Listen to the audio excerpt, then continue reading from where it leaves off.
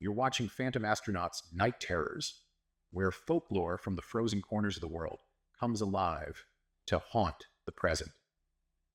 Tonight, we delve into the icy legend of the Yuki Onna, the mysterious snow woman of Japanese folklore. Beautiful, yet deadly, she appears in the harshest of winters, her presence a reminder of the fragile line between survival and death. If this story chills you to your core, don't forget to like, share, and subscribe to help the channel grow. Check the links in the description for more ways to support us.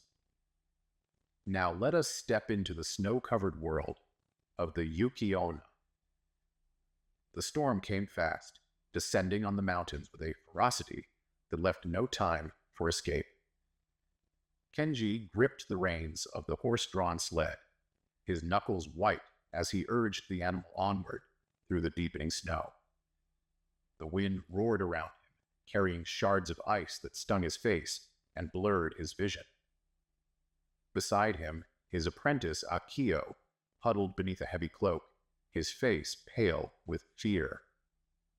"We should stop," Akio shouted over the gale. His voice was thin and uncertain, a boy's voice not yet tempered by years of hardship.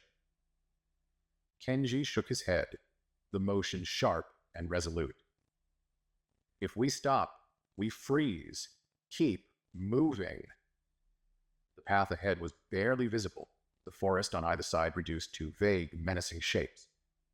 The snow was relentless, piling higher with every passing minute. It clung to Kenji's boots, his cloak, his hair, dragging him down like an invisible weight. But they had to keep going. The village was still miles away, but somewhere behind them, the storm was growing worse. Then, as if the mountain itself had conspired against them, the horse stumbled. Kenji cursed, leaping down from the sled to check its legs. The animal whinnied in protest, its breath steaming in the icy air. But it wasn't injured, just exhausted. Akio jumped down as well, his boots sinking into the snow. "It's no use," he said, his voice trembling. "We're going to die out here."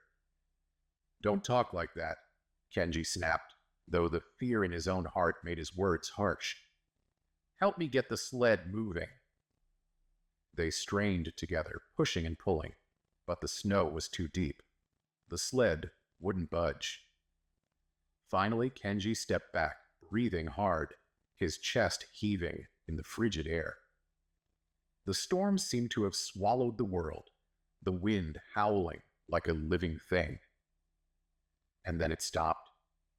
The silence was so sudden, so absolute, that it felt like a blow. Kenji turned slowly, his breath clouding in the still air. The snow still fell, soft and steady, but the wind was gone. The forest around them seemed frozen, every branch and shadow unnaturally still. "Kenji." Akio's voice was barely a whisper, his wide eyes fixed on something behind the sled. "Look." Kenji followed his gaze and felt his blood turn to ice. A figure stood there, pale and slender, her white robes blending almost seamlessly with the snow. Her hair was long and black, cascading over her shoulders like a river of ink. She was beautiful, inhumanly so, but her beauty was cold and sharp, like the edge of a blade. Her eyes, dark and unblinking, locked onto Kenji's, and he felt as though she could see straight through him. "Who are you?" he asked, his voice hoarse. The woman didn't answer. She moved toward them with an eerie grace, her bare feet leaving no trace in the snow. Kenji's hand went to the knife at his belt, but he didn't draw it. He knew somehow that it would be useless. "Please," Akio stammered, stepping forward. "We're lost." Can you help us?" The woman tilted her head, her gaze shifting Sei to the boy. For a moment, her expression softened, and Kenji thought she might actually offer aid. But then she smiled, a slow, chilling curve of her lips that sent a shiver down his spine. "You're not lost," she said, her voice as soft as the snow. "You are exactly where you're meant to be." Kenji stepped in front of Akio, his body tense. "We don't want any trouble. We're just trying to get to the village." The woman's smile widened, and Kenji saw her teeth, sharp and gleaming like icicles. "The village," she said. "You will not see it. The snow has claimed you." Kenji's heart pounded, but he forced himself to stand his ground. "What do you want from us?" The Yuki Onna's gaze lingered on him, and for a moment he thought he saw something behind her eyes. Grief, perhaps, or longing. But it was gone as quickly as it had appeared, replaced by an icy resolve. "Leave the boy," she said, "and I will let you go." Akio gasped, his face pale with terror. "Kenji, no!" Kenji's grip tightened on the knife, his mind racing. He had heard the stories. The snow woman who appeared in storms, luring travelers to their doom. She fed on their warmth, it was said, drawing the life from their bodies until they were nothing but frozen husks. But the stories hadn't mentioned bargains. They hadn't mentioned choices. "No," Kenji said, his voice steady, despite the fear clawing at him. "If you want him, you'll have to take me, too." The Yuki Onna's smile faded, and for the first time, she looked surprised. She stepped closer, so close that Kenji could feel the cold radiating off her, like a living thing. Her dark eyes searched his, and again he thought he saw a flicker of something human in her expression. "You would die for him?" she asked, her voice barely above a whisper. Kenji didn't hesitate. "Yes."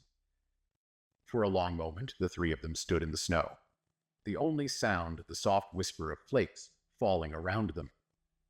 Then the Yuki Onna nodded, a faint, almost imperceptible movement. "Very well," she said. "Then you may both live." She turned and began to walk away, her form blending into the snow, until she was nothing more than a shadow. And then, nothing at all. The storm returned, the wind howling once more, but Kenji and Akio were no longer afraid. Somehow, they knew the danger had passed. They made it to the village hours later, frostbitten and exhausted, but alive. Kenji never spoke of what had happened in the forest, and Akio grew into a man who carried the memory in silence. But every winter, when the snow fell heavy and the wind howled through the trees, they both remembered the Yuki Onna, the snow woman who had spared them, for reasons they would never fully understand.